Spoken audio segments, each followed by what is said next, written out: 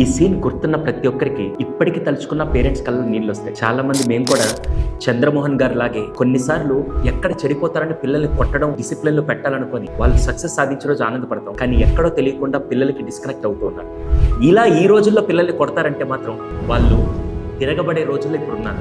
అలా చేయకుండా డిసిప్లిన్ నేర్పించాలి, వాళ్ళకి వాల్యూ సిస్టమ్ నేర్పించాలి, కానీ వాళ్ళతో కనెక్ట్ అవుతూ వాళ్ళని ఫామ్లో పెట్టాలని చాలా మంది పేరెంట్స్ కోరుకుంటుంటారు. అయితే మీకు ఆ సొల్యూషన్ తెలియట్లేదు.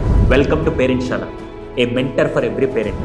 ఇలాగే పిల్లలకి డిసిప్లిన్ నేర్పిస్తూ అరవకుండా కొట్టకుండా ఎలా కనెక్ట్ అవ్వచ్చు, ఎలా వాళ్ళకి బాధ్యత తెలిసే విధంగా నేర్పాలి అనే విషయం చాలామంది పేరెంట్స్ తెలియట్లేదు. ఏజ్ ప్రకారం క్లాసుల్ని ప్రమోట్ చేస్తున్నాం, కానీ ఏజ్ ప్రకారం పిల్లలకి ఎలా నేర్పాలో కూడా చాలామంది తెలియట్లేదు. ఇవి మీకు నేర్పించేది పేరెంట్శాల.